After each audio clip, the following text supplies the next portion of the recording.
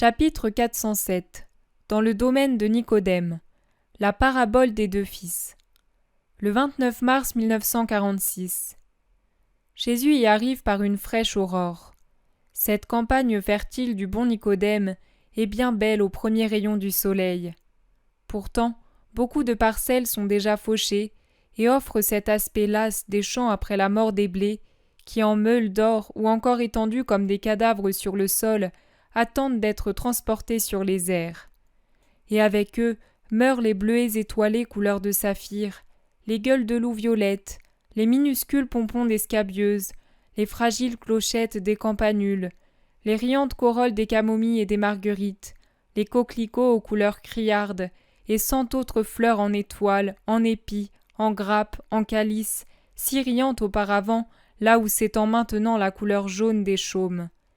Mais pour consoler le deuil de la terre dépouillée des blés, les frondaisons des arbres fruitiers les rendent de plus en plus pimpants, avec leurs fruits qui grossissent et prennent des teintes variées, et qui en ce moment brillent d'une poussière de diamants formée par la rosée que le soleil n'a pas encore bu.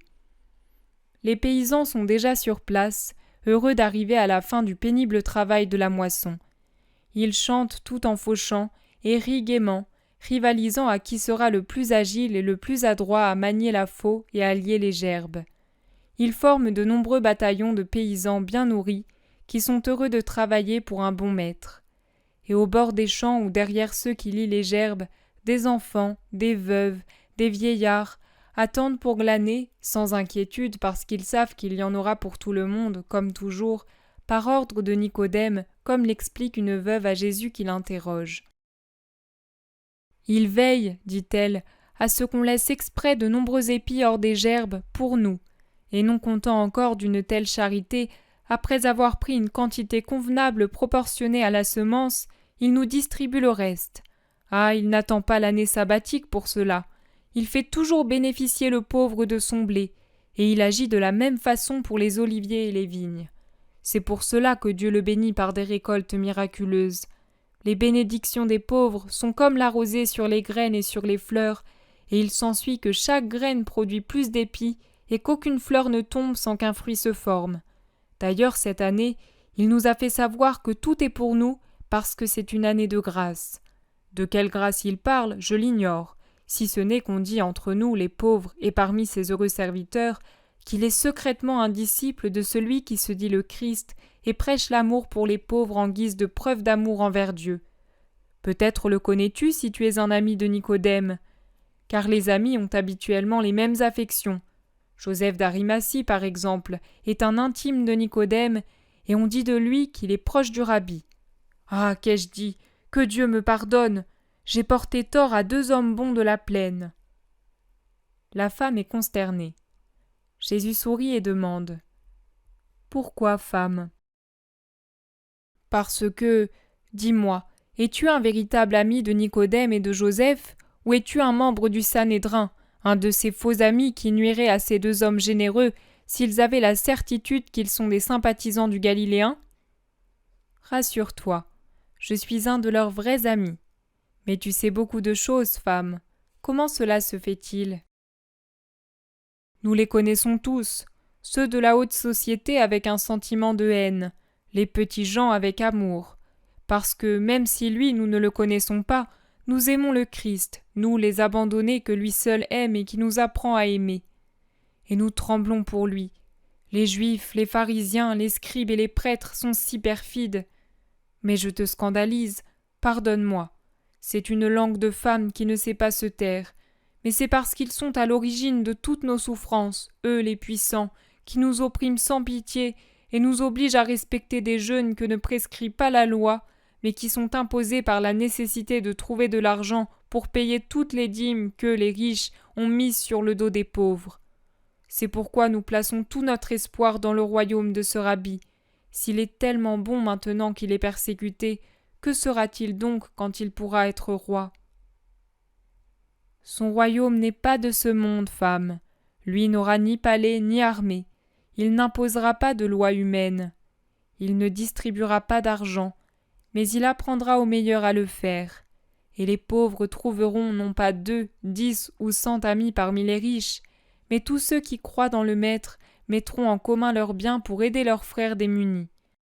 Car désormais, on n'appellera plus son semblable prochain, mais frère au nom du Seigneur. Oh! La femme est stupéfaite à l'idée de cet air d'amour. Elle caresse ses enfants, sourit, puis elle lève la tête. « Alors tu m'assures que je n'ai pas nui à Nicodème en parlant avec toi ? Cela m'est venu si spontanément. Tes yeux sont si doux, ton aspect est si serein. Je ne sais pas, je me sens en sécurité comme si j'étais auprès d'un ange de Dieu. C'est pour cela que j'ai parlé. » Tu ne lui as pas porté tort, sois-en certaine. Au contraire, tu as fait de mon ami un bel éloge pour lequel je le féliciterai, et il me sera plus cher que jamais. Tu es de cette région ? Oh non, Seigneur, je viens d'entre Lydda et Bethgon. Mais quand il s'agit de trouver quelque soulagement, Seigneur, on court même si la route est longue. Les mois d'hiver et de faim sont plus longs. Et plus longue que la vie et l'éternité. Il faudrait avoir pour l'âme la sollicitude que l'on a pour la chair, et courir là où se trouvent les paroles de vie. C'est ce que je fais avec les disciples du Rabbi Jésus, cet homme bon, tu sais, c'est le seul des trop nombreux rabbins que nous avons qui soit bon. Tu agis bien, femme, dit Jésus en souriant. Mais il fait signe à André et à Jacques, fils de Zébédée, qui sont présents alors que les autres sont allés à la maison de Nicodème, de ne pas faire tout un manège pour permettre à la femme de comprendre que le Rabbi Jésus est celui qui lui parle. Bien sûr que j'agis bien. Je veux être exempte du péché de ne pas l'avoir aimé ni cru en lui. On dit que c'est le Christ. Moi, je ne le connais pas, mais je veux croire car je pense qu'il arrivera malheur à ceux qui ne veulent pas le reconnaître comme tel. Et si ses disciples se trompaient ? Dit Jésus pour la tenter. C'est impossible, Seigneur. Ils sont trop bons, humbles et pauvres pour penser qu'ils suivent un maître qui n'est pas saint. D'ailleurs, j'ai parlé avec des gens guéris par lui. Ne fais pas le péché de ne pas croire, Seigneur, tu damnerais ton âme. Enfin, moi je pense que même si nous nous trompions tous et s'il n'était pas le roi promis, il est certainement saint et ami de Dieu s'il dit ses paroles et guérit les âmes et les corps. Et avoir de l'estime pour les bons, cela fait toujours du bien. Tu as bien parlé. Persiste dans ta foi. Voilà Nicodème. Oui, en compagnie de disciples du Rabbi. En effet, ils sont dans les campagnes en train d'évangéliser les moissonneurs. Pas plus tard qu'hier, nous avons mangé de leur pain. Pendant ce temps, Nicodème en vêtements courts s'approche sans apercevoir le maître, et il ordonne aux paysans de ne pas enlever un seul des épis qu'ils ont coupés. En ce qui nous concerne, nous avons du pain. Offrons ce don de Dieu à ceux qui en sont privés. Et faisons-le sans crainte. Une gelée tardive aurait pu détruire nos moissons. Il ne s'en est pas perdu un seul grain. Rendons à Dieu son pain en le donnant à ses enfants malheureux. Et je vous assure que la récolte de l'année prochaine sera encore plus fructueuse à 1000%, parce qu'il a dit « Celui qui a donné recevra une mesure débordante ». Les paysans respectueux et joyeux écoutent et approuvent leur maître. Et Nicodème, de chant en chant, de groupe en groupe, répète son ordre plein de bonté. À demi caché par un rideau de roseaux près d'un fossé de séparation, Jésus approuve et sourit. Son sourire s'élargit à mesure que Nicodème s'approche et que la surprise de la rencontre est imminente. Le voilà qui saute le petit fossé pour aller vers d'autres champs. Soudain, il reste pétrifié en face de Jésus qui lui tend les bras. Il retrouve enfin la parole. « Maître saint, toi qui es béni, mais comment donc es-tu venu chez moi ?» Pour te connaître, si c'était encore nécessaire, par les paroles de tes témoins les plus vrais, ceux que tu combles de bienfaits. Nicodème est à genoux, courbé jusqu'au sol, de même que les disciples dirigés par Étienne et Joseph d'Emmaüs de la montagne. Les paysans comprennent, les pauvres comprennent, et tous sont à terre avec une stupeur pleine de vénération. Relevez-vous. Jusqu'à tout à l'heure, j'étais le voyageur qui inspire confiance. Ne changez pas votre regard sur moi, et aimez-moi sans peur. Nicodème, j'ai envoyé chez toi les 10 apôtres qui manquent. J'ai passé la nuit dehors pour veiller à ce que soit exécuté un ordre. Oui, Dieu te bénit pour cet ordre. Quelle voix t'a dit que c'est maintenant une année de grâce et pas l'année suivante, par exemple? Je ne sais pas, et je sais. Je ne suis pas prophète, mais je ne suis pas obtus, et une lumière du ciel s'est unie à mon intelligence. Mon maître, je voulais que les pauvres profitent des dons de Dieu pendant que Dieu est encore au milieu d'eux, et je n'osais pas espérer ta présence ici pour donner une douce saveur et une puissance sanctificatrice à ces blés, à mes olives, ainsi qu'aux vignes et aux vergers, qui seront pour les pauvres enfants de Dieu, mes frères. Mais maintenant que tu es là, lève ta main bénie et donne ta bénédiction, afin que, avec la nourriture de la chair, descende sur ceux qui s'en repaîtront la sainteté qui émane de toi. Oui, Nicodème, c'est un juste désir que le ciel approuve. Et Jésus ouvre les bras pour bénir. Ah, attends que j'appelle les paysans. Et il donne 3 coups de sifflet. Ce sifflement aigu se répand dans l'air paisible et provoque la course des moissonneurs, des glaneurs, des curieux qui arrivent de tous côtés. C'est déjà une petite foule. Jésus ouvre les bras et dit : Par la vertu du Seigneur, par le désir de son serviteur, que la grâce du salut de l'esprit et de la chair descende dans chaque graine, dans chaque raisin, olive ou fruit, qu'elle rende prospère et sanctifie ceux qui s'en nourrissent avec un esprit bon, pur de toute concupiscence et de haine, et désireux de servir le Seigneur en obéissant à sa divine et parfaite volonté. Qu'il en soit ainsi, répondent Nicodème, André, Jacques, Étienne et les autres disciples. Qu'il en soit ainsi, répète la petite foule en se levant, car elle s'était agenouillée pour que Jésus la bénisse. Suspends les travaux, mon ami, je veux leur parler. C'est un don dans le don, merci pour eux, maître. Ils vont à l'ombre d'un verger feuillu et attendent d'être rejoints par les 10 apôtres qui avaient été envoyés à la maison et accourent essoufflés et déçus de ne pas avoir trouvé Nicodème. Puis Jésus parle. Que la paix soit avec vous. À vous tous qui m'entourez, je veux proposer une parabole. Que chacun en recueille l'enseignement et la partie qui lui convient davantage. Écoutez. Un homme avait 2 fils.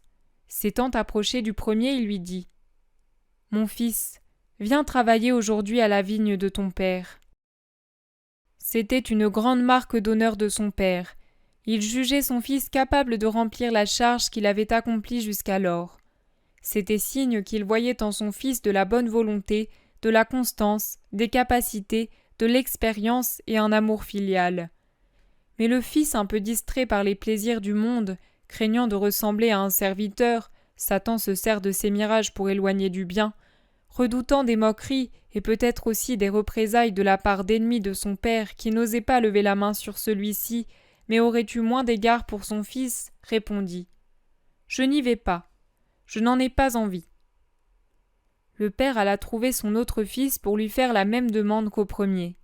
Et le second fils répondit aussitôt : Oui, père, j'y vais de ce pas. Pourtant, qu'arriva-t-il ? Le premier fils avait l'âme droite.